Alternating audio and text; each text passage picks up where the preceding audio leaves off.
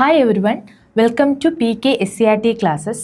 അപ്പോൾ ഇന്ന് നമ്മൾ SCRT ഫിസിക്സിൽ അടുത്ത അധ്യായമാണ് നോക്കുന്നത്. പ്രവൃത്തി, ഊർജം, പവർ. ഇത് മൂന്നുമാണ് നമ്മളിന്ന് നോക്കുന്നത്. അപ്പോൾ ഇത് മൂന്നും ഒറ്റ ചാപ്റ്ററിൽ നമ്മൾ SCRT ചാപ്റ്റർ ഉണ്ട്. അപ്പോൾ ചാപ്റ്റർ ഏതാണെന്നുള്ളത് ഞാൻ ലാസ്റ്റ് പറയാം. അപ്പോൾ ഇത് രണ്ടും നമ്മുടെ സിലബസിലും ഈ ഒരുമിച്ച് തന്നെയാണ് കൊടുത്തിട്ടുള്ളത്. അപ്പോൾ നമുക്ക് നോക്കാം. ആദ്യം എന്താണ് പ്രവൃത്തി അല്ലെങ്കിൽ എന്താണ് വർക്ക് എന്ന് പറയുന്നത്, നമ്മുടെ ഒരു ഫിസിക്സിൻ്റെ ഇതിൽ എങ്ങനെയാണ് എന്നെ ഡിഫൈൻ ചെയ്തിരിക്കുന്നതെന്ന് നോക്കാം. ഒരു വസ്തുവിൽ ബലം പ്രയോഗിക്കുകയും അതുമൂലം വസ്തുവിന് ബലത്തിൻ്റെ ദിശയിൽ സ്ഥാനാന്തരം സംഭവിക്കുകയും ചെയ്യുന്നുണ്ടെങ്കിൽ ബലം വസ്തുവിൽ പ്രവൃത്തി ചെയ്തതായി കണക്കാക്കാം. എന്താ പറയുന്നത്? നിങ്ങൾക്ക് ഈ ടേംസ് എല്ലാം പരിചിതമാണ്. ബലം എന്താണെന്നറിയാം, സ്ഥാനാന്തരം എന്താണെന്നൊക്കെ നിങ്ങൾക്ക് അറിയാം അല്ലേ. സ്ഥാനാന്തരം നമ്മൾ എന്താണെന്ന് പഠിച്ചിട്ടുള്ളതാണ് അല്ലേ, ഡിസ്പ്ലേസ്മെൻ്റ് എന്ന് നമ്മൾ പറയും. അപ്പോൾ ഒരു വസ്തുവിൽ നമ്മൾ ബലം പ്രയോഗിക്കുമ്പോൾ എന്ത് സംഭവിക്കും? ആ വസ്തുവിന് നമ്മൾ ഏത് ദിശയിലോട്ടാണോ ആ ബലം പ്രയോഗിച്ചത് ആ ദിശയിലോട്ട് തന്നെ എന്ത് സംഭവിക്കും? സ്ഥാനാന്തരം സംഭവിക്കും. ഇപ്പം ഇതൊരു വസ്തുവാണെന്നിരിക്കട്ടെ, ഇതൊരു പെട്ടി. അപ്പം ഫോഴ്സ് നമ്മൾ ബലം കൊടുക്കുന്നത് ഇങ്ങനെയാണ്. അപ്പോൾ ഇവിടെ ഇരുന്ന വസ്തു എന്ത് ചെയ്യും? ഒരു ബലം പ്രയോഗിച്ച് കഴിയുമ്പോൾ F1 എന്ന് പറയുന്ന ഒരു ബലം കൊടുക്കുമ്പോൾ S1 ഇരുന്നത് ഏതിലോട്ട് പോവും? S2 പോവും. അത് അതേ ദിശയിൽ തന്നെ ആയിരിക്കും. അതായത് ബലം കൊടുത്ത അതേ ദിശയിൽ തന്നെയായിരിക്കും എന്ത് ചെയ്യുന്നത്? അതിന് സ്ഥാനാന്തരം സംഭവിക്കുന്നത്. ഓക്കെ, അപ്പം എങ്കിൽ നമുക്ക് പറയാം അവിടെ എന്ത് നടന്നു എന്ന് പറയാം?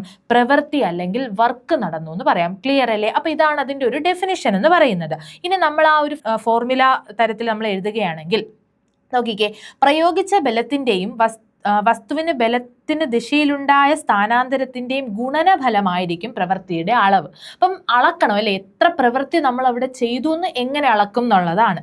അതിനായിട്ട് നമ്മൾ രണ്ട് കാര്യങ്ങളാണ് എടുക്കുന്നത്. രണ്ടെണ്ണത്തിൻ്റെ ഗുണനഫലമാണ്. ഏതിൻ്റെയൊക്കെയാണെന്ന് നോക്കിക്കേ, സ്ഥാനാന്തരത്തിൻ്റെയും ബലത്തിൻ്റെയും. നമ്മൾ ബലം കൊടുത്തു, ആ ബലത്തിൻ്റെയും ആ വസ്തുവിനുണ്ടായ സ്ഥാനാന്തരത്തിൻ്റെയും, ഈ രണ്ടിൻ്റെയും ഗുണനഫലമാണ് നമുക്ക് പ്രവൃത്തിയുടെ അളവ് കിട്ടുന്നത്. ഇനി നോക്കിയേ, F ന്യൂട്ടൺ ബലം തുടർച്ചയായി പ്രയോഗിച്ചപ്പോൾ, F എന്ന് പറയുന്ന ബലം നമ്മളിങ്ങനെ ഒരു വസ്തുവിന് കൊടുത്തുകൊണ്ടിരിക്കുകയാണ്. അപ്പോൾ ബലത്തിന്റെ ദിശയിലുണ്ടായ സ്ഥാനാന്തരം, നമ്മൾ എങ്ങോട്ടാണോ കൊടുത്തത്, എങ്ങോട്ടാണോ ആ ബലം കൊടുത്തത് അങ്ങോട്ട് തന്നെ എന്ത് ചെയ്തു? സ്ഥാനാന്തരം ഉണ്ടായി. ആ സ്ഥാനാന്തരത്തെ നമ്മൾ മീറ്റർ ആണ് അല്ലേ, മീറ്ററാണ് സ്ഥാനാന്തരത്തിന്റെ യൂണിറ്റ്, മീറ്റർ ആണ്. മീറ്റർ ആണെങ്കിൽ ബലം വസ്തുവിൽ ചെയ്ത പ്രവൃത്തി എന്ന് പറയുന്നത് എന്തായിരിക്കും? ബലം ഇൻറ്റു സ്ഥാനാന്തരം. അതാണ് പറഞ്ഞത്. ഗുണനഫലം എന്ന് പറയുമ്പോൾ മൾട്ടിപ്ലൈ ചെയ്യണം എന്നാണ്. ഫോഴ്സ് ഇൻറ്റു ഡിസ്പ്ലേസ്മെന്റ് ആണ് എന്തെന്ന് പറയുന്നത്? വർക്ക് എന്ന് പറയുന്നത്. അപ്പൊ വർക്ക് എന്ന് പറഞ്ഞാൽ എന്താണ്? വർക്ക് അല്ലെങ്കിൽ പ്രവൃത്തി എന്ന് പറഞ്ഞാൽ എന്താണ്? ഫോഴ്സ് ഇൻറ്റു ഡിസ്പ്ലേസ്മെന്റ് ആണ്. നമ്മൾ ആ ഫോഴ്സിന്റെ ദിശ എങ്ങോട്ടായിരിക്കും? നമ്മൾ എങ്ങോട്ടാണോ സ്ഥാനാന്തരം സംഭവിച്ചത് എങ്ങോട്ടായിരിക്കും? നമ്മൾ എങ്ങോട്ടാണോ ഫോഴ്സ് കൊടുത്തത് ആ ഫോഴ്സിൽ അങ്ങോട്ട് തന്നെയായിരിക്കും, സെയിം ഡയറക്ഷനിലായിരിക്കും എന്ത് ചെയ്യുന്നുണ്ടാവുക? സ്ഥാനാന്തരം സംഭവിച്ചിട്ടുണ്ടാവുക. അപ്പം നമ്മൾ ഒരു ഷോർട്ടിൽ എഴുതുകയാണെങ്കിൽ F ഇൻറ്റു S എന്ന് നമുക്ക് എഴുതാം. F ഇൻറ്റു S എന്ന് പറയുമ്പോൾ ഫോഴ്സ് ഇൻറ്റു ഡിസ്പ്ലേസ്മെന്റ് ആണ്. ഇനി ഇതിൽ നിന്ന് നമുക്ക് എന്ത് ചെയ്യാം? യൂണിറ്റ് എഴുതാം. അപ്പം നമുക്കറിയാം പ്രവൃത്തിയുടെ യൂണിറ്റ് എന്ന് പറയുന്നത് ജൂൾ ആണെന്ന് നിങ്ങൾക്ക് എല്ലാവർക്കും അറിയാം അല്ലേ. പ്രവൃത്തിയുടെ യൂണിറ്റ് ജൂൾ ആണെന്ന് അറിയാം. ഇനി നമ്മൾ എന്ത് ചെയ്യണം? ഞാൻ പറഞ്ഞിട്ടുണ്ട്, നമ്മൾ ഫോർമുലയിൽ നിന്ന് നമ്മൾ എന്ത് ചെയ്യണം? യൂണിറ്റ് എഴുതണം. അപ്പോൾ ഇൻ ടേംസ് ഓഫ് ന്യൂട്ടൺ അല്ലെങ്കിൽ ഇൻ ടേംസ് ഓഫ് മീറ്റർ അല്ലേ, ന്യൂട്ടൺ മീറ്റർ എന്ന് നമുക്ക് എഴുതാം. എങ്ങനെയാണ് കിട്ടുന്നത്? ഫോഴ്സിൻ്റെത് എന്താണ്? ഫോഴ്സിൻ്റെ ന്യൂട്ടൺ ആണ്. നമ്മൾ ഇനി അങ്ങോട്ട് പഠിക്കും, ബലം എന്ന് പറയുന്ന ടോപ്പിക്കിൽ നമ്മൾ പഠിക്കും. അല്ലാതെ നമുക്കറിയാം, സാധാരണ എല്ലാവർക്കും അറിയാമെന്നുള്ളൊരു കാര്യമാണ് ഫോഴ്സ് എന്ന് പറഞ്ഞാൽ ന്യൂട്ടൺ ആണെന്ന്. ഈ ന്യൂട്ടൺ ഇൻറ്റു എസ്, മൾട്ടിപ്ലിക്കേഷൻ എന്ന് പറയുമ്പോൾ എന്ത് വേണ്ട? ഈ സ്ലാഷ് വേണ്ട. പെർ എന്ന് പറയുന്ന ഈ ഒരു സ്ലാഷ് എന്ത് വേണ്ട അല്ലേ. അപ്പം ഇടയ്ക്ക് മൾട്ടിപ്ലിക്കേഷൻ ആയതുകൊണ്ട് തന്നെ ഫോഴ്സിന് ന്യൂട്ടൺ, സ്ഥാനാന്തര എസിന് മീറ്റർ. അങ്ങനെ എന്തായി? യൂണിറ്റ് ന്യൂട്ടൺ മീറ്റർ എന്നായി. ഓക്കെ, ന്യൂട്ടൺ മീറ്റർ എന്നായി. അല്ലാതെ നമ്മുടെ SI യൂണിറ്റ് ചോദിക്കുകയാണ്, വർക്കിന്റെ SI യൂണിറ്റ് എന്താന്ന് ചോദിച്ചാൽ അത് ജൂളാണ്. അത് എന്താണ്? ജൂളാണ്. ഇത് SI യൂണിറ്റിൽ ജൂൾ എന്ന് അറിയപ്പെടുന്നു. ജെയിംസ് പ്രെസ്കോട്ട് ജൂളിനോടുള്ള ആദരവ് സൂചകമായാണ് നമ്മൾ എന്ത് ചെയ്യുന്നത്? ഈ പേര് നൽകിയത്. അപ്പം നമ്മുടെ ജൂൾ എന്ന് പറയുന്ന, ജെയിംസ് പ്രെസ്കോട്ട് ജൂൾ എന്ന് പറയുന്ന ആളിനെ ആദരിച്ചുകൊണ്ട് ആദര സൂചകമായിട്ടാണ് നമ്മൾ എന്ത് ചെയ്യുന്നത്? നമ്മൾ പ്രവൃത്തിക്ക് എന്ത് കൊടുത്തത്? ജൂൾ എന്ന് പറയുന്ന ആ ഒരു യൂണിറ്റ് നമ്മൾ കൊടുത്തത്. കൊടുത്തത്. നോക്കിക്കേ, 1 ജൂൾ എന്ന് പറഞ്ഞാൽ 1 ന്യൂട്ടൺ മീറ്റർ എന്നാണ് അർത്ഥം. കാരണം ന്യൂട്ടൺ മീറ്റർ തന്നെയാണ് ജൂൾ എന്ന് പറയുന്നത്. 1 ജൂൾ വർക്ക് ചെയ്തു എന്ന് പറഞ്ഞാൽ അതിന്റെ അർത്ഥം എന്ത് തന്നെയാണ്? 1 ന്യൂട്ടൺ മീറ്റർ വർക്ക് ചെയ്തു എന്ന് തന്നെയാണ്. അതിനൊന്ന് ഡിഫൈൻ ചെയ്യുമ്പോൾ എന്താണ് 1 ന്യൂട്ടൺ മീറ്റർ അല്ലെങ്കിൽ എന്താണ് 1 ജൂൾ എന്ന് ഉദ്ദേശിക്കുന്നത് നമുക്ക് നോക്കാം. ഒരു വസ്തുവിൽ 1 ന്യൂട്ടൺ ബലം പ്രയോഗിച്ചപ്പോൾ, ഒരു വസ്തുവിൽ നമ്മൾ എന്ത് ചെയ്തിട്ടുണ്ട്? ഫോഴ്സ് പ്രയോഗിച്ചിട്ടുണ്ട്. എത്ര ഫോഴ്സ് ആണ്? 1 ന്യൂട്ടൺ ബലം ഫോഴ്സ് പ്രയോഗിച്ചപ്പോൾ വസ്തുവിന് ബലത്തിന്റെ ദിശയിൽ, ബലം എങ്ങോട്ടാണോ കൊടുത്തത് ആ ദിശയിൽ തന്നെ എന്ത് സംഭവിച്ചു? 1 മീറ്റർ സ്ഥാനാന്തരം. അപ്പോൾ 1 ന്യൂട്ടൺ ഫോഴ്സ് കൊടുത്തപ്പോൾ 1 മീറ്റർ സ്ഥാനാന്തരം ബലത്തിന്റെ ദിശയിൽ തന്നെ സംഭവിച്ചു. ഉണ്ടായെങ്കിൽ എന്താണ്? ബലം വസ്തുവിൽ ചെയ്ത പ്രവൃത്തിയുടെ അളവാണ് 1 ജൂള്. മനസ്സിലായില്ലേ? 1 ന്യൂട്ടൺ ബലം ഉപയോഗിച്ചു എത്ര സ്ഥാനാന്തരം ഉണ്ടായി? 1 മീറ്റർ സ്ഥാനാന്തരം അവിടെ ഉണ്ടായിട്ടുണ്ടെങ്കിൽ അവിടുത്തെ പ്രവൃത്തിയുടെ അളവ് എത്രയായിരിക്കും? 1 ജൂൾ ആയിരിക്കും. ആ ജൂൾ 1 ന്യൂട്ടൺ മീറ്ററിന് ഈക്വലും ആണ്. ക്ലിയർ ആയില്ലേ? ഇനി അടുത്ത് നോക്കിക്കേ, പ്രവൃത്തി ഒരു അദിശ അളവാണ്. ഇതിന് അളവ് മാത്രമേ ഉള്ളൂ, ദിശയില്ല അല്ലേ? പ്രവൃത്തി എന്ന് പറയുന്നത് എന്ത് അളവാണ്? സ്കെയിലാർ ക്വാണ്ടിറ്റി ആണ്. അതിന് അളവ് മാത്രമേ ഉള്ളൂ. സ്കെയിലാർ ക്വാണ്ടിറ്റി, അദിശ അളവ് എന്ന് പറയുമ്പോൾ എന്താണ്? നമ്മൾ അവിടെ ദിശ സ്പെസിഫൈ ചെയ്ത് പറയേണ്ട കാര്യമില്ല. ഇത്ര വർക്ക് ഈസ്റ്റിലോട്ട് ചെയ്തു എന്നുള്ള രീതിയിൽ പറയണ്ട. എത്ര വർക്ക് ചെയ്തു എന്ന് മാത്രം നമുക്ക് അറിഞ്ഞാൽ മതി, അളവ് മാത്രം അറിഞ്ഞാൽ മതി. അങ്ങനെയുള്ള ക്വാണ്ടിറ്റികളെ നമ്മൾ എന്തെന്ന് പറയും? സ്കെയിലാർ ക്വാണ്ടിറ്റി അല്ലെങ്കിൽ അദിശ അളവ്. നമ്മൾ സ്ഥാനാന്തരമൊക്കെ പഠിച്ചപ്പോൾ പറഞ്ഞു, ഞാൻ അവിടെ പഠിപ്പിച്ചു എന്താണ്? 5 മീറ്റർ ഈസ്റ്റിലോട്ട് സഞ്ചരിച്ചു. സ്ഥാനാന്തരം പറയുമ്പോഴേ അങ്ങനെ പറയുന്നത്. പക്ഷേ ഡിസ്റ്റൻസ് പറയുമ്പോൾ അങ്ങനെ പറയേണ്ട കാര്യമില്ല. ഇത്ര കിലോമീറ്റർ അല്ലെങ്കിൽ ഇത്ര മീറ്റർ സഞ്ചരിച്ചു എന്ന് പറഞ്ഞാൽ മതി. അപ്പോൾ അങ്ങനെ നമ്മൾ എന്ത് ചെയ്യേണ്ട? അളവ് മാത്രം അറിഞ്ഞാൽ മതി. നമുക്ക് ദിശ സ്പെസിഫൈ ചെയ്യേണ്ട കാര്യമില്ല, ദിശ വേണ്ട. അങ്ങനെയുള്ള ക്വാണ്ടിറ്റീസിനെ നമ്മൾ അദിശ അളവെന്ന് പറയും. അപ്പോൾ പ്രവൃത്തി എന്ന് പറയുന്നത് എന്താണ്? Scalar quantity. വർക്ക് എന്ന് പറയുന്നത് ഒരു സ്കെയിലാർ ക്വാണ്ടിറ്റിയാണ്. ക്ലിയർ ആയില്ലേ? ഇനി അടുത്ത് നമുക്ക് നോക്കാം, ജെയിംസ് പ്രെസ്കോട്ട് ജൂളിനെ പറ്റിയിട്ടൊന്ന് നമ്മൾ SCERT പറയുന്നുണ്ട്. അപ്പോൾ അത് ജസ്റ്റ് ഒന്ന് നോക്കാം. താപവുമായി ബന്ധപ്പെട്ട പ്രതിഭാസങ്ങളെക്കുറിച്ച് മൗലിക ഗവേഷണങ്ങൾ നടത്തിയ ആളാണ് ആര്? ജെയിംസ് പ്രെസ്കോട്ട് ജൂൾ എന്ന് പറയുന്നത് ഈ അപ്പൂപ്പനാണ്. ഇവിടെ ഫോട്ടോയിൽ ഞാൻ കൊടുത്തിട്ടുണ്ട്, ഇയാളാണ്. ഓക്കെ, ഇദ്ദേഹമാണ്. വൈദ്യുതി പ്രവഹിക്കുമ്പോൾ ഉൽപ്പാദിപ്പിക്കപ്പെടുന്ന താപവുമായി ബന്ധപ്പെട്ട സമവാക്യം എന്ത് ചെയ്തു? കണ്ടെത്തി. അപ്പോൾ ജൂൾസ് ഫോർമുലയൊക്കെ ഉണ്ട്, ജൂൾ ഹീറ്റ് ഫോർമുല. അത് നമുക്ക് അങ്ങോട്ട് പഠിക്കാം, താപമൊക്കെ പഠിക്കുമ്പോൾ പഠിക്കും. ഇപ്പോൾ ജസ്റ്റ് നോക്കുക, ഇദ്ദേഹത്തെ ബന്ധപ്പെട്ട് ഞാൻ തന്നേ ഉള്ളൂ. വൈദ്യുതി പ്രവഹിക്കുമ്പോൾ എന്താണ് ഉത്പാദിപ്പിക്കുന്ന താപവുമായി ബന്ധപ്പെട്ട സമവാക്യം ഇദ്ദേഹം കണ്ടെത്തിയിട്ടുണ്ടായിരുന്നു. യാന്ത്രികോർജം എന്നിവയുമായി ബന്ധപ്പെടുത്തിക്കൊണ്ട് താപഗതിക സിദ്ധാന്തം, താപോർജം, okay, first law of thermodynamics രൂപപ്പെടുത്തിയതിൽ പ്രധാന പങ്ക് ഇദ്ദേഹം വഹിച്ചിട്ടുണ്ട്. അതൊക്കെ ഒന്ന് ജസ്റ്റ് വായിച്ചു വിട്ടാൽ മതി. 1850 റോയൽ സൊസൈറ്റിയിലെ ഫെല്ലോ ആയി എന്ത് ചെയ്തു? തിരഞ്ഞെടുക്കപ്പെട്ടു. അപ്പോൾ ഇദ്ദേഹത്തെ പറ്റി ജസ്റ്റ് ഒന്ന്, നമ്മൾ ഇതൊന്നും അങ്ങനെ കുത്തിയിരുന്ന് പഠിക്കേണ്ട, കാണാപാഠം പഠിക്കേണ്ട കാര്യമില്ല, ജസ്റ്റ് ഒന്ന് വായിച്ചു പോയാൽ മതി. അപ്പോൾ നമ്മുടെ ഫസ്റ്റ് ലോ ഓഫ് തെർമോഡൈനാമിക്സിനൊക്കെ എന്ത് ചെയ്തിട്ടുണ്ട്? രൂപം നൽകിയതിൽ പ്രധാന പങ്ക് വഹിച്ച ആളാണ് ആരെന്ന് പറയുന്നത്? ഈ ജെയിംസ് പ്രെസ്കോട്ട് ജൂൾ എന്ന് പറയുന്നത്. ക്ലിയർ ആയില്ലേ? അപ്പോൾ അത് അത്രയും നോക്കിയാൽ മതി അവിടെ. ഇനി അടുത്തത് ഇമ്പോർട്ടൻ്റ് ആണ്. എന്താണ്? നമ്മൾ ഗുരുത്വാകർഷണത്തിനെതിരെയായി ചെയ്ത പ്രവൃത്തിയെ പറ്റിയിട്ടാണ് നോക്കാൻ പോകുന്നത്. അപ്പം നമുക്കറിയാം, ഗുരുത്വാകർഷണം എന്ന് പറയുമ്പം അതിൻ്റെ ഡയറക്ഷൻ എപ്പോഴും എങ്ങനെയായിരിക്കും? ഡൗൺവേർഡ്സ് ആയിരിക്കും. ഓർത്ത് വെച്ചേക്കുക, താഴേക്കായിരിക്കും. ഭൂമി എന്താണ്? അതിൻ്റെ കേന്ദ്രത്തിലേക്ക് ആകർഷിക്കുന്നത്. അത് താഴേക്കാണ് എന്ത് ചെയ്യുന്നത്? അതിൻ്റെ ഒരു ബലം അനുഭവപ്പെടുന്നത്. ഓക്കെ, താഴേട്ടാണ്. നമ്മൾ മുകളിലോട്ടാണെങ്കിൽ അത് എപ്പോഴും പറയും ഗുരുത്വാകർഷണത്തിന് എതിരെയായി സംഭവിച്ച ദിശ എപ്പോഴും നമ്മൾ അപ്വേർഡ്സ്, അതായത് മുകളിലേക്കാണെങ്കിൽ അത് ഓപ്പോസിറ്റും, താഴേക്കാണ് അത് സംഭവിക്കുന്നത്. മനസ്സിലായില്ലേ? അപ്പം ഗുരുത്വാകർഷണത്തിനെതിരെയായ പ്രവൃത്തി എങ്ങനെ കണ്ടുപിടിക്കുക? അതൊരു പ്രവൃത്തിയാണ് അല്ലേ, ചെയ്യുന്നത് ഒരു പ്രവൃത്തിയാണ്. അപ്പം അങ്ങനെ ചെയ്യപ്പെടുന്ന പ്രവൃത്തിയെ കണ്ടുപിടിക്കാൻ നമ്മൾ എന്ത് ചെയ്യണം എന്നുള്ളതാണ്. അപ്പം ഇവിടെ നോക്കിക്കേ, ഇവിടെ ഈ പിക്ചറിൽ ഈ ക്രെയിൻ എന്ത് ചെയ്യുന്നുണ്ട്? ഗ്രൗണ്ടിൽ നിന്ന് H ഹൈറ്റിലേക്ക് എന്ത് ചെയ്യാണ്? ഇതിനെ എങ്ങനെ മുകളിലേക്ക് എന്ത് ചെയ്യാണ്? വലിക്കുകയാണ്. അപ്പം അങ്ങനെ വലിക്കുമ്പോൾ ഇതിനെന്തുണ്ടായി? ഒരു സ്ഥാനാന്തരം ഉണ്ടായി അല്ലേ? ആ സ്ഥാനാന്തരമാണ് എന്തെന്ന് പറയുന്നത്? H എന്ന് പറയുന്നത്. അതായത് ഫോഴ്സ് കൊടുത്തപ്പോൾ ഒരിടത്തിരുന്ന സാധനം മറ്റൊരു സ്ഥലത്തായി, അതാണല്ലോ സ്ഥാനാന്തരം സംഭവിച്ചു നമ്മൾ പറയുന്നത്. അപ്പം ഇവിടുത്തെ സ്ഥാനാന്തരം H ഹൈറ്റ്, മുകളിലേക്ക് പോയി എന്ന് പറയുമ്പോൾ ഹൈറ്റ്, ഇത്ര ഹൈറ്റ് ഉയർന്നു എന്നുള്ളതാണ്. അപ്പം മുകളിലേക്ക് പോയി. അപ്പം ഞാൻ പറഞ്ഞു ഗുരുത്വാകർഷണം എങ്ങോട്ടായിരിക്കും പ്രവൃത്തി? താഴോട്ടായിരിക്കും, ഡൗൺവേർഡ്സ് ആയിരിക്കും അതിൻ്റെ ഫോഴ്സ്. അതിന് ഓപ്പോസിറ്റ് നടക്കുന്നു. അതുകൊണ്ടാണ് ഗുരുത്വാകർഷണത്തിന് എതിരെയായ പ്രവൃത്തി എന്ന് പറയുന്നത്, അതിന് എതിരെ നടക്കുന്ന പ്രവൃത്തി എന്ന് പറയുന്നത്. കാരണം താഴോട്ടാണ് അതിൻ്റെ ഒറിജിനലായിട്ട് നടക്കുന്നത്. അപ്പോൾ അത് കണ്ടുപിടിക്കാൻ നമ്മൾ നോക്കിക്കുക എന്താ ചെയ്യുന്നതെന്ന്. നമ്മൾ പഠിച്ചു, പ്രവൃത്തി എന്ന് പറഞ്ഞാൽ ഫോഴ്സ് ഇൻറ്റു സ്ഥാനാന്തരം അല്ലേ, ബലം ഇൻറ്റു സ്ഥാനാന്തരമാണ് എന്തെന്ന് പറയുന്നത്? പ്രവൃത്തി എന്ന് പറയുന്നത്. നമ്മൾ ഫോഴ്സിനെ നമുക്കറിയാം MA എന്ന് നമ്മൾ പഠിച്ചിട്ടുണ്ട്. ചലനത്തിൽ നമ്മൾ MA എന്ന് പഠിച്ചിട്ടുണ്ട് അല്ലേ. അപ്പോൾ നമ്മൾ വിത്ത് റെസ്പെക്ട് എന്താണ്, നമ്മൾ ഗ്രാവിറ്റേഷനുമായിട്ട് പറയുമ്പോൾ നമ്മൾ ആക്സിലറേഷൻ ഡ്യൂ ടു ഗ്രാവിറ്റി ആയ ജി ആണ് എക്ക് പകരം ഉപയോഗിക്കുന്നത്. അവിടെ എന്ന് പറയുന്നത് എന്താണ്? ജി ആണ്. എക്ക് പകരം ജി ആണ് ഇടുന്നത്. അപ്പോൾ എഫ് എന്ന് പറയുന്നത് എന്തായി? എഫ് എന്ന് പറയുന്നത് എം ജി എന്നായി. എഫ് എന്ന് പറയുന്നത് എം ജി ആയി. എസ് എന്ന് പറയുന്നത് എന്തുമായി? ഹൈറ്റും ആയി. അപ്പോൾ അവിടുത്തെ വർക്ക് എത്രയായി? എം ജി എച്ച് ആയി. അതായത് ഗുരുത്വാകർഷണത്തിനെതിരായി നടത്ത പ്രവൃത്തി എന്തായി? എം ജി എച്ച് ആയി. വസ്തുക്കളെ ഉയർത്തുന്ന സന്ദർഭത്തിൽ ഗുരുത്വാകർഷണത്തിനെതിരായി ചെയ്ത പ്രവൃത്തി എത്രയാന്നാ പഠിച്ചു വയ്ക്കണം? W = mgh ആണെന്ന് പഠിക്കണം. അതെങ്ങനെയാ കിട്ടിയെന്നുള്ളതാണ് ഇവിടെ മുകളിൽ പറഞ്ഞത്. ക്ലിയർ ആയില്ലേ? അപ്പൊ അത് ബേസ് ചെയ്തുകൊണ്ട് നമുക്കൊരു പ്രോബ്ലം നോക്കാം. നോക്കിക്കേ, 100 ഗ്രാം മാസുള്ള വസ്തുവിനെ 1 മീറ്റർ ഉയർത്താൻ ആവശ്യമായ പ്രവൃത്തിയുടെ അളവ് കണക്കാക്കുക. ജി എത്ര എന്ന് പറഞ്ഞിട്ടുണ്ട്? 10 മീറ്റർ/സെക്കൻഡ്. ചിലടത്ത് ജി തന്നിരിക്കും, ചിലടത്ത് ജി തന്നിരിക്കില്ല. തരാത്ത സന്ദർഭത്തിൽ നമ്മൾ എന്ത് ചെയ്യണം? 9.8 മീറ്റർ/സെക്കൻഡ് വെച്ച് തന്നെ നമ്മൾ, ഇവിടെ സ്ക്വയർ ഉണ്ട്, സ്ക്വയർ വെച്ച് തന്നെ നമ്മൾ കണ്ടുപിടിക്കണം കേട്ടോ. ഇവിടെ ജി 10 എന്ന് തന്നിട്ടുള്ളതുകൊണ്ട് നമ്മൾ എന്ത് ഇട്ട് കൊടുത്താൽ മതി? 10 ഇട്ട് കൊടുത്താൽ മതി. തന്നിട്ടില്ലെങ്കിൽ 9.8 മീറ്റർ/സെക്കൻഡ് ഉപയോഗിക്കുക. അപ്പം 100 ഗ്രാം ആണല്ലേ. അപ്പം നമ്മൾ എല്ലാം എടുത്ത് താഴെ എഴുതണം. ഫസ്റ്റ് നമുക്ക് എന്താ എഴുതാനുള്ളത്? Mass M = 100 gram. ഈ ഗ്രാം ബാക്കിയൊക്കെ നോക്കിക്കേ, മീറ്റർ/സെക്കൻഡ് തന്നിരിക്കുന്നത്. ഈ ഗ്രാം എന്ന് പറയുന്നത് എന്താണ്? അതിൻ്റെ SI യൂണിറ്റ് അല്ല. മാസിന്റെ SI യൂണിറ്റ് എന്താണ്? കിലോഗ്രാം ആണ്. അപ്പൊ കിലോഗ്രാമിലോട്ട് മാറ്റാൻ നമുക്കറിയാം. അപ്പൊ നമ്മൾ എന്ത് ചെയ്യുക? ഈ കണക്കിൽ ഓരോന്നായിട്ട് എടുത്തെഴുതുക. അപ്പോൾ എം ഫസ്റ്റ് മാസ് നമുക്ക് എടുത്തെഴുതാം.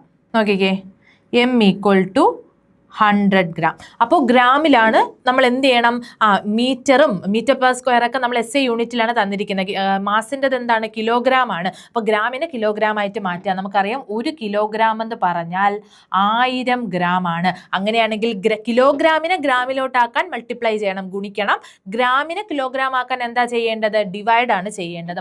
അപ്പോൾ 100നെ എന്ത് ചെയ്യണം? 1000 കൊണ്ട് ഡിവൈഡ് ചെയ്യണം. ഡിവൈഡ് ചെയ്യുമ്പോൾ നമുക്ക് എത്ര കിട്ടും? 0.1 കിലോഗ്രാം. അപ്പം മാസ് നമുക്ക് എത്ര കിട്ടി? 0.1 കിലോഗ്രാം എന്ന് കിട്ടി. ഇനി എന്താണ്? 1 മീറ്റർ ആണ് ഉയർത്തുന്നത്. 1 മീറ്റർ ഉയർത്തുന്നെന്നാണ് പറയുന്നത് അല്ലേ. അപ്പോൾ ഉയർത്തുന്നു എന്ന് പറയുമ്പോൾ അതിൻ്റെ ഹൈറ്റ് ആണ് എന്തെന്ന് പറയുന്നത്? 1 മീറ്റർ എന്ന് പറയുന്നത്. എങ്കിൽ നമ്മൾ അവിടെ എന്ത് ചെയ്യണം? ജിയും തന്നിട്ടുണ്ട്. ജി 10 മീറ്റർ/സെക്കൻഡ് ആണെന്ന് തന്നിട്ടുണ്ട്. അങ്ങനെയാണെങ്കിൽ നമ്മൾ അവിടെ വർക്ക് കണ്ടുപിടിക്കുക. വർക്ക് കണ്ടുപിടിക്കാൻ നമുക്കറിയാം, ഗുരുത്വാകർഷണത്തിനെതിരായി നടന്നത് കണ്ടുപിടിക്കാൻ mgh ചെയ്താൽ പോരെ? തൊട്ട് മുന്നേ നമ്മൾ പഠിച്ചു. ഡയറക്റ്റ് സബ്സ്റ്റിറ്റ്യൂഷൻ, വേറെ ഒന്നുമില്ല. ആകെ മാസിനെ മാറ്റി കൊടുത്താൽ മതി. അപ്പോൾ നമ്മൾ എഴുതി 0.1 × 10 × 1 എന്ന് എഴുതി. ഓക്കെ, അപ്പോൾ ഇതിനെ നമ്മൾ സോൾവ് ചെയ്യുമ്പോൾ നമുക്ക് എത്രയാണ് കിട്ടുന്നത്? നോക്കിക്കേ, ഇത് നമ്മൾ ഇങ്ങനെ ചിന്തിച്ചാൽ മതി. 0.1നെ 1 ആയിട്ട് എടുത്താൽ മതി. അപ്പോൾ 1 × 10 × 1 എത്ര തന്നെയാണ്? 10 ആണ് നമുക്ക് കിട്ടുന്നത്. അപ്പോൾ 10 എന്ന് എഴുതിയ ഒരു പോയിന്റ് ഇവിടെ ഉണ്ട്. അതായത് ഒരു പോയിന്റ് മാറ്റി ഇട്ടുകൂടാ. 1.0 എന്ത് തന്നെയാണ്? 1 ജൂൾ എന്ന് കിട്ടും.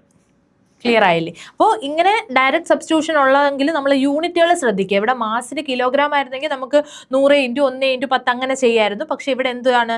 SI യൂണിറ്റിലല്ല മാസ് തന്നിരുന്നത്. കറക്റ്റായിട്ട് ഓപ്ഷനിൽ എന്ത് കാണും? ഈ 100 വെച്ച് ചെയ്യുന്ന 100 × 10 × 1 ചെയ്യുന്ന രീതിയിലുള്ള ഓപ്ഷൻ എന്തായാലും PSC ഇടും. PSC അഥവാ ഇതുപോലത്തെ ക്വസ്റ്റ്യൻസ് ചോദിക്കുകയാണെങ്കിൽ അതുകൊണ്ട് നമ്മൾ ആദ്യം ഓപ്ഷൻ എയോ അതായിരിക്കും. അപ്പോൾ നമ്മൾ ചാടിക്കയറി അത് എഴുതും. അങ്ങനെ ചെയ്യരുത്. SI യൂണിറ്റിൽ ആണോ എന്ന് ഒന്ന് ചെക്ക് ചെയ്തിട്ട് എന്ത് ചെയ്യുക?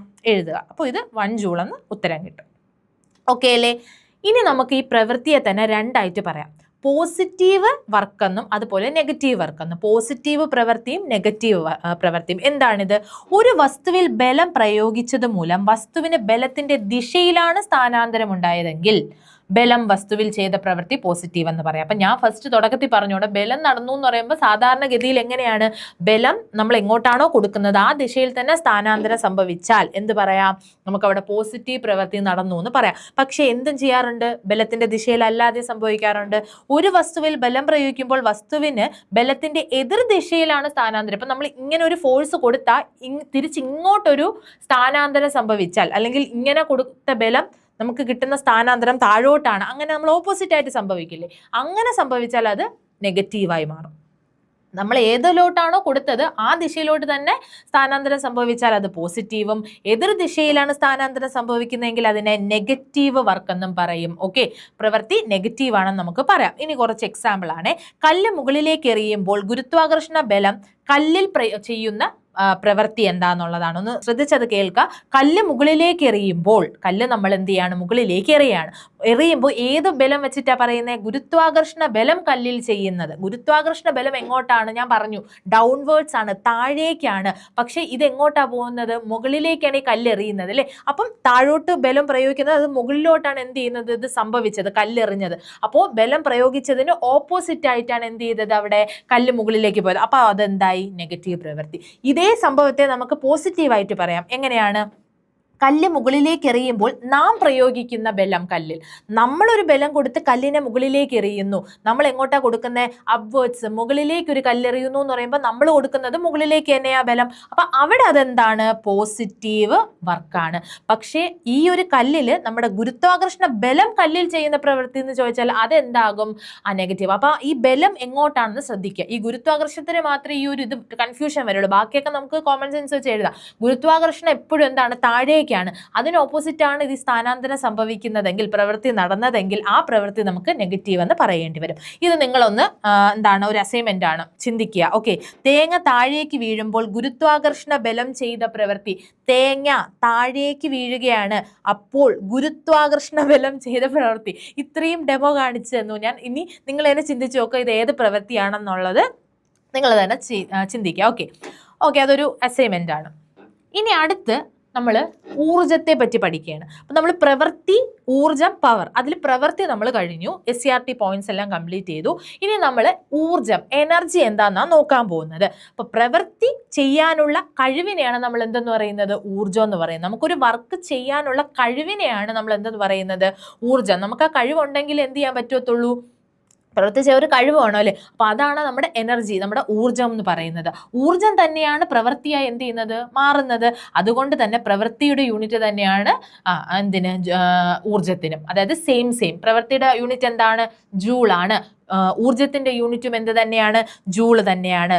ഊർജത്തിന്റെ SI യൂണിറ്റ് ആണ് ജൂള്. നമ്മൾ ക്യാപിറ്റൽ J, ആളിന്റെ പേരാണെങ്കിൽ ആ പേര് വെച്ചുള്ളതാണെങ്കിൽ ക്യാപിറ്റൽ ഇതാണ് ഉപയോഗിക്കേണ്ടത്. നമ്മൾ അവിടെ എന്താണ് ലോസിൽ, നമ്മുടെ റൂൾസിൽ പറയുന്നുണ്ട് യൂണിറ്റ്സ് ആൻഡ് മെഷർമെന്റിൽ. അപ്പോൾ ക്യാപിറ്റൽ ന്യൂട്ടൺ ആണെങ്കിൽ ക്യാപിറ്റൽ N ഉപയോഗിക്കും. ഇവിടെ ജൂള് ക്യാപിറ്റൽ J. ഭക്ഷണ പദാർത്ഥങ്ങളിലെ ഊർജത്തിന്റെ അളവ് സൂചിപ്പിക്കുമ്പോൾ നമ്മൾ എന്താണ്? കിലോ കലോറി എന്ന യൂണിറ്റ് ആണ് ഉപയോഗിക്കുന്നത്. ഭക്ഷണ പദാർത്ഥത്തിൽ നമ്മൾ എന്ത് ചെയ്യുമ്പോൾ അതിന്റെ അളവ് ഇത്ര കലോറി ഫുഡ് അല്ലേ ഡെയിലി നമ്മൾ കഴിക്കണം എന്നുള്ള രീതിയിൽ പറയുമല്ലോ. അപ്പൊ അത്തരത്തിൽ പറയുകയാണെങ്കിൽ നമ്മൾ അതിനെ കിലോ കലോറി ടേംസിലാണ് പറയുന്നത്. ഒരു കലോറി എന്ന് പറഞ്ഞാൽ 4.2 ജൂൾ. ഇമ്പോർട്ടൻ്റ് ആണ്, ചോദിച്ചിട്ടുണ്ട്. ഒരു കലോറി എന്ന് പറഞ്ഞാൽ എത്രയാണെടാ? 4.2 കലോറിയാണ്. ഞാൻ മുമ്പ് പറഞ്ഞിട്ടുണ്ട് കിലോമീറ്റർ, മീറ്റർ, കിലോഗ്രാം, ഗ്രാം എന്നൊക്കെ പറയുമ്പോൾ അതെല്ലാം ഒരു 1000ന്റെ കണക്ഷൻ ആണല്ലേ. അതുപോലെ തന്നെയാണ് ഇതും. ഒരു കിലോ കലോറി എന്ന് പറഞ്ഞാൽ എത്ര കലോറിയാണ്? 1000 കലോറി. അങ്ങനെയാണെങ്കിൽ ഒരു കിലോ കലോറി എന്ന് പറയുന്നത് എത്ര ജൂൾ ആയിരിക്കും? 4300 അല്ലേ. ഇതിൻ്റെ കൂടെ ഒരു 1000 എന്ത് ചെയ്താൽ മതി? മൾട്ടിപ്ലൈ ചെയ്ത് കൊടുത്താൽ മതി. അപ്പോൾ നമുക്ക് എത്ര കിട്ടും? 4200 എന്ന് കിട്ടും അല്ലേ. 4.2 × 1000. 4230 1 2 3 ഒരു 0 ഇവിടെ ഒരു പോയിന്റ് ഉള്ളതുകൊണ്ട് ഇവിടെ വരും. അപ്പോൾ എത്ര കിട്ടും? 4200 ജൂൾ എന്ന് കിട്ടും. അപ്പോൾ ഒരു കലോറി എന്ന് പറഞ്ഞാൽ 4 × 2 ജൂളാണ്. വെരി വെരി ഇമ്പോർട്ടൻറ്റ്, ഓർത്ത് വച്ചേക്കുക. ക്ലിയർ ആയില്ലേ? ഇനിയാണ് നമ്മൾ ഓരോ ടൈപ്പ് എനർജിയിലോട്ട് പോകുന്നത്. അതിൽ ആദ്യത്തേതാണ് യാന്ത്രികോർജം. ഓക്കെ, യാന്ത്രികോർജത്തെ പറ്റിയാണ് ആദ്യം പറയുന്നത്. ഈ യാന്ത്രികോർജം നോക്കിക്കേ, വസ്തുക്കൾക്ക് ചലനം മൂലമോ സ്ഥാനം മൂലമോ അല്ലെങ്കിൽ കോൺഫിഗറേഷൻ മൂലമോ ലഭിക്കുന്ന ഊർജ്ജമാണ്. കോൺഫിഗറേഷൻ എന്ന് പറയുമ്പോൾ നമ്മൾ ഈ റബ്ബർ ബാൻഡിലൊക്കെ സംഭവിക്കുന്ന സ്ഥാനാന്തരം, അത്തരത്തിലുള്ളതിനെയാണ് നമ്മൾ കോൺഫിഗറേഷൻ എന്ന് പറയുന്നത്. അമ്പ് ചെയ്യുമ്പോൾ ഉള്ളത്, അവിടേക്ക് ഒരു ബലം പ്രയോഗിക്കുകയല്ലേ, അവിടേക്ക് ഒരു എനർജി ഉള്ളതില്ല, ബലമല്ല ഊർജം അവിടെ എന്ത് ചെയ്യാണ്? അതുമൂലം എന്ത് ചെയ്യാണ്?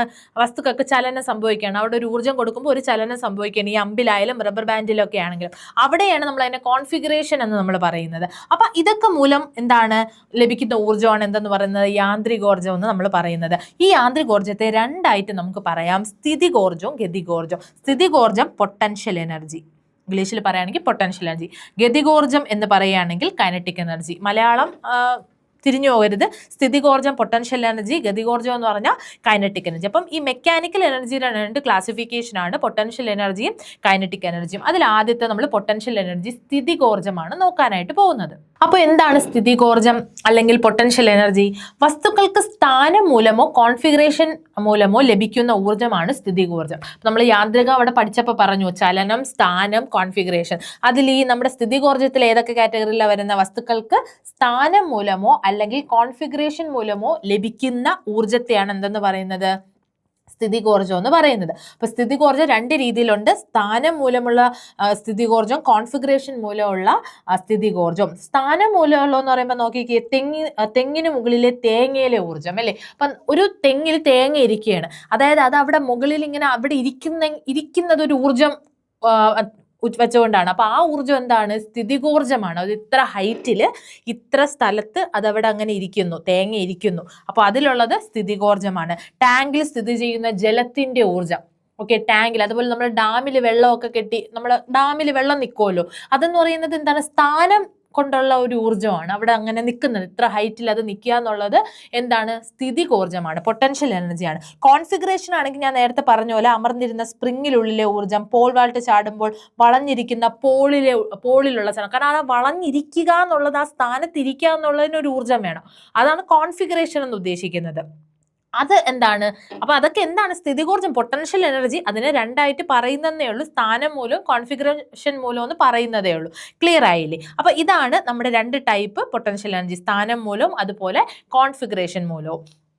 സ്ഥാനം മൂലമുള്ള ഗതികോർജ്ജത്തിന്റെ അളവ് ആ വസ്തുവിൽ ഗുരുത്വാകർഷണ ബലത്തിനെതിരായി ചെയ്ത പ്രവൃത്തിയുടെ അളവിന് തുല്യമായിരിക്കും. Very very important. സ്ഥാനം മൂലമുള്ള ഗതികോർജ്ജത്തിന്റെ അളവ്, നമ്മൾ അവിടെ കോൺഫിഗറേഷനും പഠിച്ചു, സ്ഥാനവും പഠിച്ചു.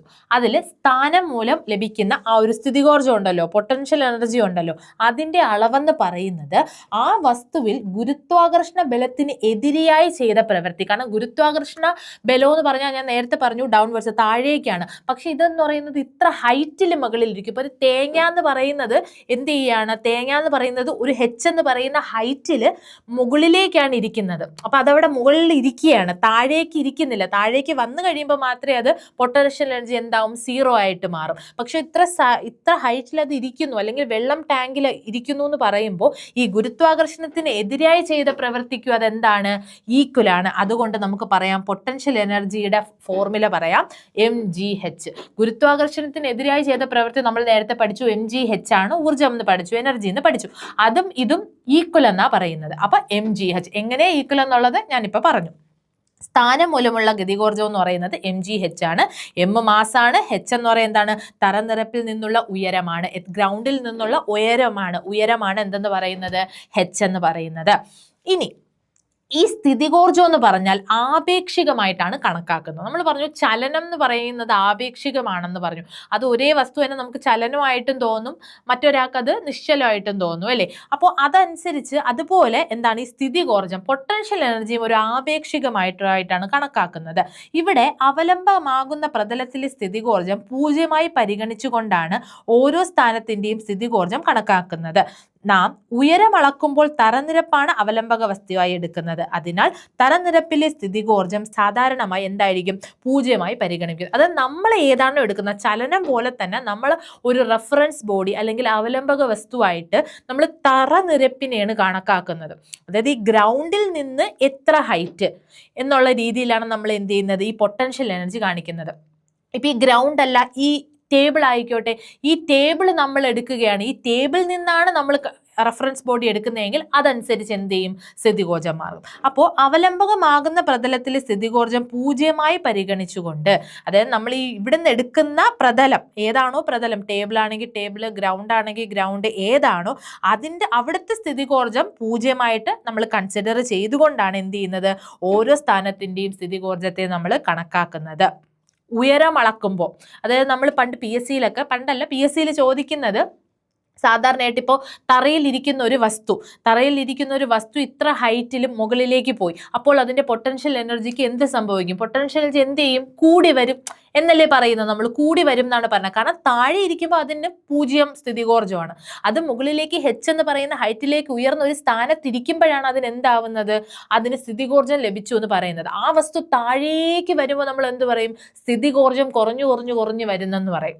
കാരണം ആ സ്ഥാനത്ത് നിന്ന് വിട്ട് താഴേക്ക് വരികയാണ്, അപ്പൊ സ്ഥിതികോർജ്ജം കുറഞ്ഞു കുറഞ്ഞു വരുന്നു എന്നാണ് നമ്മൾ പറയുന്നത്. അതാണ് നാം ഉയരം അളക്കുമ്പോൾ തറനിരപ്പാണ് അവലംബക വസ്തുവായിട്ട് എടുക്കുന്നത് അല്ലെ. ഉയരം കണക്കാക്കുമ്പോൾ താഴെ എന്നുള്ളതല്ലേ നമ്മൾ എടുക്കുന്നത്. താഴെ ടേബിൾ ആണെങ്കിൽ ടേബിൾ, അല്ലെങ്കിൽ ഗ്രൗണ്ട് ആണെങ്കിൽ ഗ്രൗണ്ട്, അതനുസരിച്ചാണ് നമ്മൾ എന്ത് ചെയ്യുന്നത്, സ്ഥിതികോർജ്ജത്തെ കണക്കാക്കുന്നത്. അതുകൊണ്ട് തന്നെ ഗ്രൗണ്ടിലെ എന്താണ് സ്ഥിതികോർജ്ജം, പൊട്ടൻഷ്യൽ എനർജി നമ്മൾ സാധാരണയായിട്ട് എന്താണ് എടുക്കുന്നത്, 0.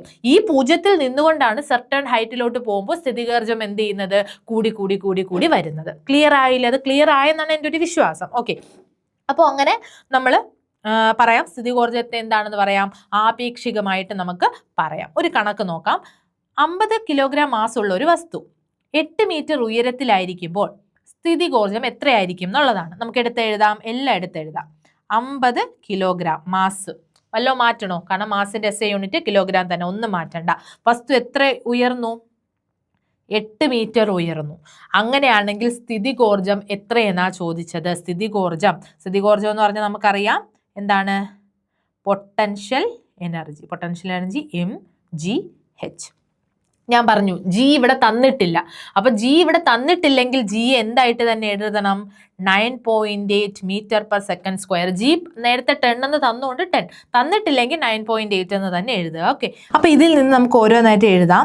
അപ്പൊ 50 ഇൻറ്റു എത്ര, ജി എത്ര വരും, 9.8 ഇൻറ്റു 8 എന്ന് വരും. അപ്പോൾ ഇത് നമ്മൾ സോൾവ് ചെയ്യുമ്പോൾ എന്തെന്ന് പറയാം, നമുക്കറിയാം ആദ്യം നമ്മൾ എന്ത് ചെയ്യുക, 50ഉം 8ഉം കൂടെ ചെയ്യാം. 50ഉം 8ഉം കൂടെ ചെയ്യുമ്പോൾ എത്ര കിട്ടും, 400 എന്നാണ് കിട്ടുന്നത്. ഈ 400ന് എന്ത് ചെയ്താൽ മതി, 9.8 കൊണ്ട് മൾട്ടിപ്ലൈ ചെയ്താൽ മതി. അത് 400 എന്ന് പറയുമ്പോൾ 9.84, 98 ഇൻറ്റു 4 ചെയ്യുമ്പോൾ നമുക്ക് എത്ര വരും, 2, 3, 36, 39. അതായത് 3, 9, 2 എന്ന് വരും. അവിടെ ഒരു 400 ഉണ്ട്. 400ൽ ഒരു 0 ഈ പോയിന്റ് ഉള്ളതുകൊണ്ട് ഒരെണ്ണം വെട്ടിപ്പോവും. പിന്നെ എന്തേ ഉള്ളൂ, ഈ 50ൻ്റെ ഒരു 0 ഉള്ളൂ, അത് ജൂള്.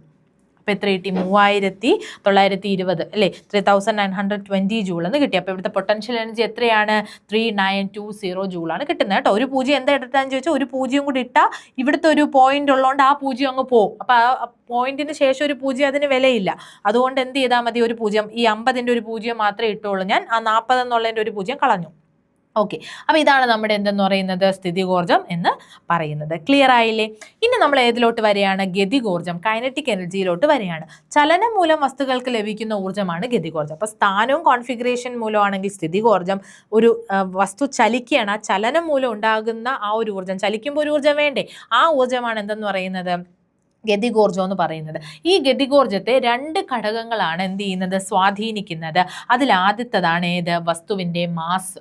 വസ്തുവിൻ്റെ മാസ് എന്താണെന്ന് അറിയാലോ, ദ്രവ്യത്തിലുള്ള അളവാണ് മാസ് എന്ന് പറയുന്നത്. അപ്പോൾ ആ മാസും ആ വസ്തു എത്ര സ്പീഡിലാണ് അല്ലെങ്കിൽ എത്ര പ്രവേഗത്തിലാണ് സഞ്ചരിക്കുന്നത്, അത് ഈ രണ്ടും എന്ത് ചെയ്യും, ഈ ഒരു ഗതികോർജ്ജത്തെ സ്വാധീനിക്കുന്ന ഘടകങ്ങളാണ്. അപ്പോൾ വസ്തുവിൻ്റെ മാസും അതുപോലെ വെലോസിറ്റി, പ്രവേഗം, വസ്തുവിൻ്റെ പ്രവേഗവുമാണ് ഗതികോർജ്ജത്തെ സ്വാധീനിക്കുന്ന 2 ഘടകങ്ങളെന്ന് പറയുന്നത്. അപ്പോൾ നമ്മൾ ഷോർട്ടായിട്ട് ഞാനൊരു വലിയ ഇതുണ്ട്, അതിന് മുന്നേ ഞാൻ പറഞ്ഞുതരാം.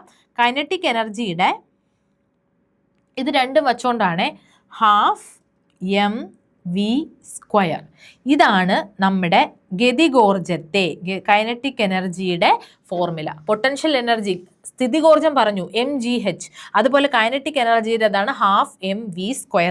അതിൽ m എന്ന് പറയുന്നത് മാസ്, v എന്ന് പറഞ്ഞാൽ വെലോസിറ്റി. അതായത് എന്താണ്, ഇതിൻ്റെ സ്വാധീനിക്കുന്ന ഘടകങ്ങളായ രണ്ടും ഏതിൻ്റെ ഫോർമുലയിലുണ്ട്, കൈനറ്റിക് എനർജി. ഇത് രണ്ടും ഉള്ളതുകൊണ്ടാണ് ഇത് രണ്ട് സ്വാധീനിക്കുന്നു എന്ന് പറഞ്ഞത്.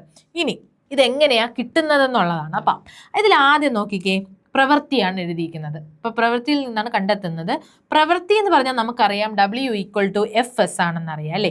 ന്യൂട്ടന്റെ 2ാം ചലന നിയമം ഉപയോഗിച്ചുകൊണ്ട് നമ്മൾ എഴുതുന്നു F=ma. അപ്പോൾ W=Fs എന്നുള്ളതിൽ എന്ത് ചെയ്തു, എഫിന് പകരം എന്തിട്ട് കൊടുത്തു, ma ഇട്ട് കൊടുത്തു. ma ഇട്ട് കൊടുത്തപ്പോൾ അതെന്തായി, MAS എന്നായി. MAS നമ്മൾ ഇക്വേഷൻസ് ഓഫ് മോഷൻ, ചലന സമവാക്യങ്ങളിൽ പഠിച്ചിട്ടുണ്ട് അല്ലേ. അതിലൊരു ചലന സമവാക്യത്തിലുള്ളതാണ് v square equal to u square plus 2as എന്ന് പറയുന്നത്. അതിൽ നമ്മൾ ആദ്യ പ്രവേഗമായ യുവിന് എന്ത് കൊടുക്കുകയാണ്? 0 കൊടുക്കുകയാണ്. അങ്ങനെയാണെങ്കിൽ വി സ്ക്വയർ എന്ന് പറയുന്നത് എന്തായി? 2as ആയി. അതിൽ നിന്ന് as കണ്ടെത്തി വി സ്ക്വയർ ബൈ 2. ഇതൊന്നും ഡെറിവേഷൻ ഒന്നും നിങ്ങൾക്ക് കാണാതെ പഠിക്കേണ്ട, കുട്ടികൾക്ക് പരീക്ഷയ്ക്ക് ചോദിക്കും, നിങ്ങൾക്ക് കാണാതെ ഒന്നും പഠിക്കേണ്ട. പക്ഷെ ഇത് എങ്ങനെയാ വന്നതെന്ന് നമ്മൾ SCRT പറയുന്നതുകൊണ്ട് ഞാൻ ഉൾപ്പെടുത്തിയതാണ് കേട്ടോ. അപ്പൊ ഇതിൽ നിന്ന് തന്നെ നിങ്ങൾക്ക് മനസ്സിലാക്കാം എങ്ങനെയാണ് നമ്മൾ ഈ ഒരു കൈനറ്റിക് എനർജിയുടെ ഇക്വേഷനിലോട്ട് വരുന്നതെന്ന്. ഈ എസിന് പകരം വി സ്ക്വയർ ബൈ 2 ഇട്ട് കൊടുത്തു. അപ്പോൾ ഓൾറെഡി നമ്മൾ അവിടെ എന്ത് ചെയ്തിട്ടുണ്ട്? നമ്മൾ എഫ്എസിന് പകരം MAS ഇവിടെ എഴുതി കൊടുക്കുകയാണ്. ഇവിടെ നിന്ന് നമ്മൾ എന്ത് കണ്ടെത്തി? ASും കണ്ടെത്തി.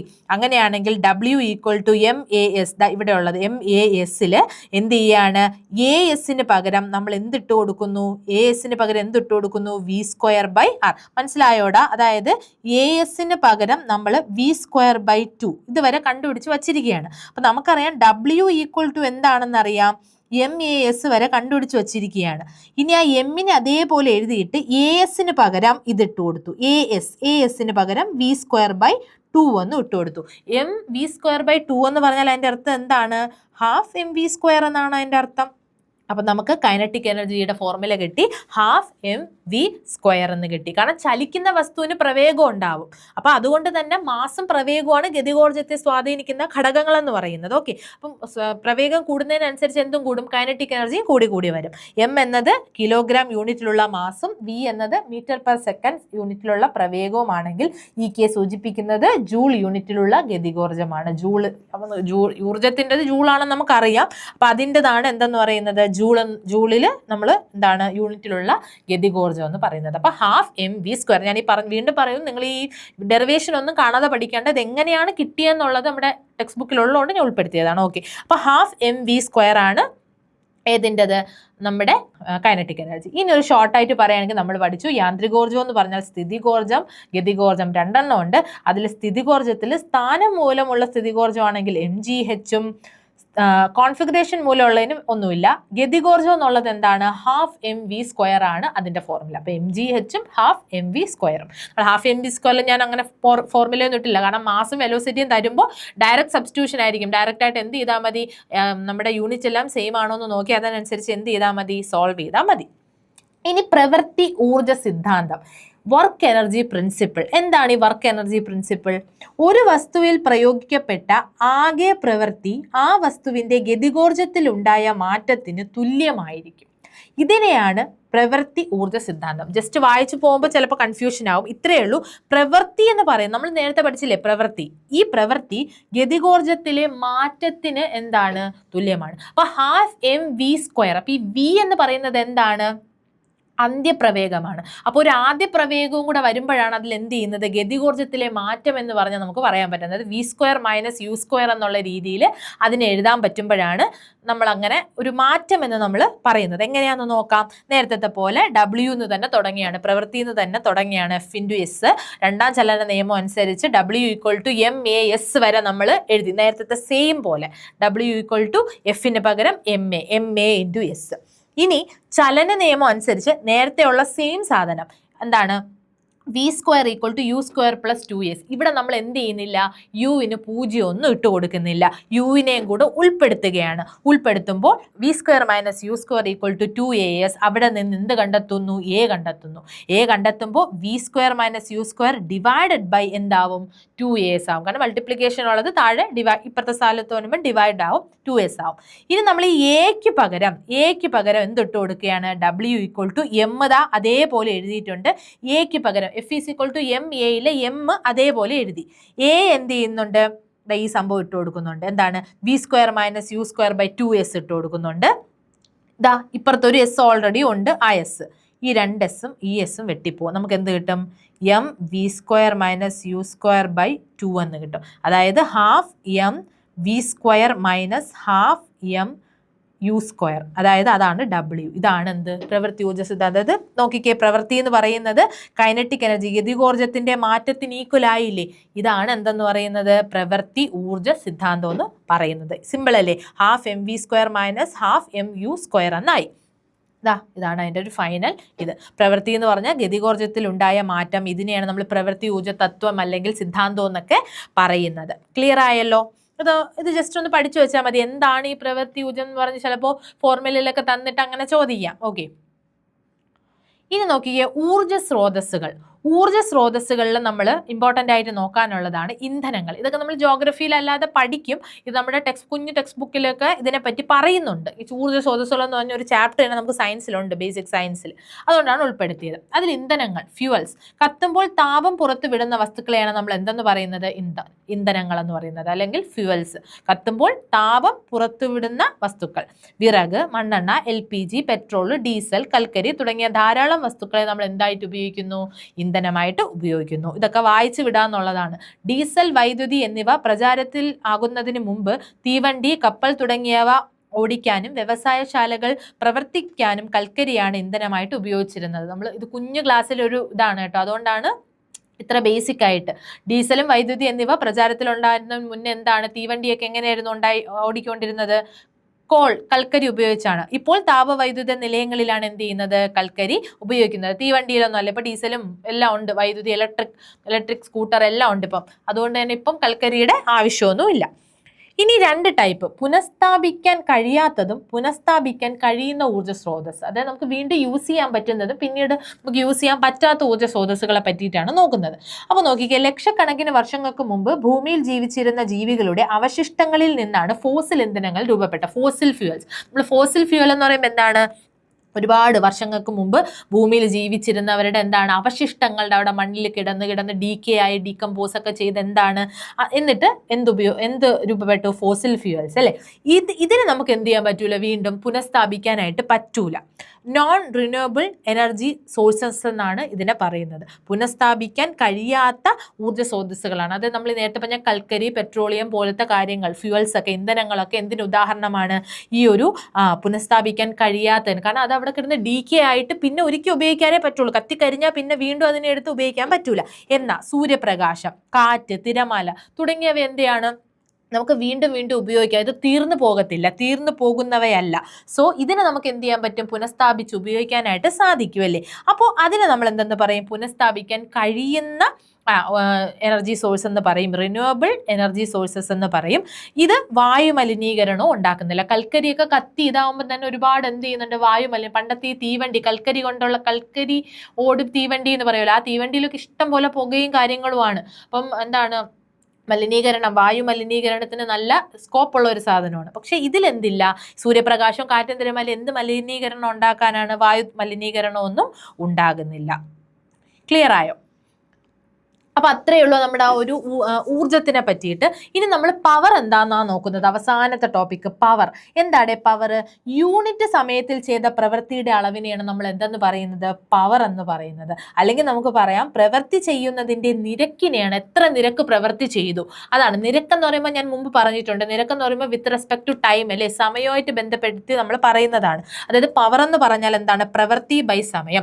യൂണിറ്റ് സമയത്തിൽ നമ്മൾ എത്ര പ്രവൃത്തി ചെയ്തു എന്നുള്ളതാണ് നമ്മൾ പവർ കൊണ്ട് ഉദ്ദേശിക്കുന്നത്. ഒരാളുടെ പവർ, ഇത്ര ടൈം കൊണ്ട് ഇയാൾ ഇത്ര പ്രവൃത്തി ചെയ്താൽ അതാണ് അയാളുടെ പവർ അല്ലേ. അപ്പൊ അങ്ങനെ ചിന്തിച്ചാൽ മതി.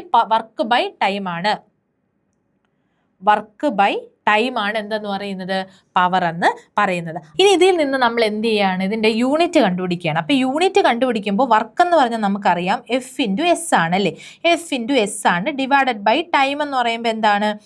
T എന്ന് നമുക്ക് എഴുതാം. ഇതാണ് പവർ എന്ന് പറയുന്നത്. F/S/T എന്നാണ്. ഓക്കെ, അപ്പൊ ഇതിന്റെ യൂണിറ്റ് നമ്മൾ കിലോഗ്രാമിന്റെ ടേംസിൽ എഴുതണം. നമുക്ക് കിലോഗ്രാമിന്റെ ടേംസിൽ എങ്ങനെ എഴുതാം? നമുക്കറിയാം F=ma ആണെന്നറിയാം. F=ma എന്ന് പറയുമ്പം എമ്മിൻ്റെത് കിലോഗ്രാം തന്നെയാണ്. ഫോഴ്സിന് ന്യൂട്ടൺ അല്ലാതെ ഒരെണ്ണം കൂടെ ഉണ്ട്. എന്താണ്? Kilogram metre per second square. Kilogram metre per second square. A എന്ന് പറഞ്ഞാൽ metre per second square, acceleration. അപ്പൊ ഇവിടെ നമ്മൾ അതെടുത്ത് ഇട്ട് കൊടുക്കുകയാണ്.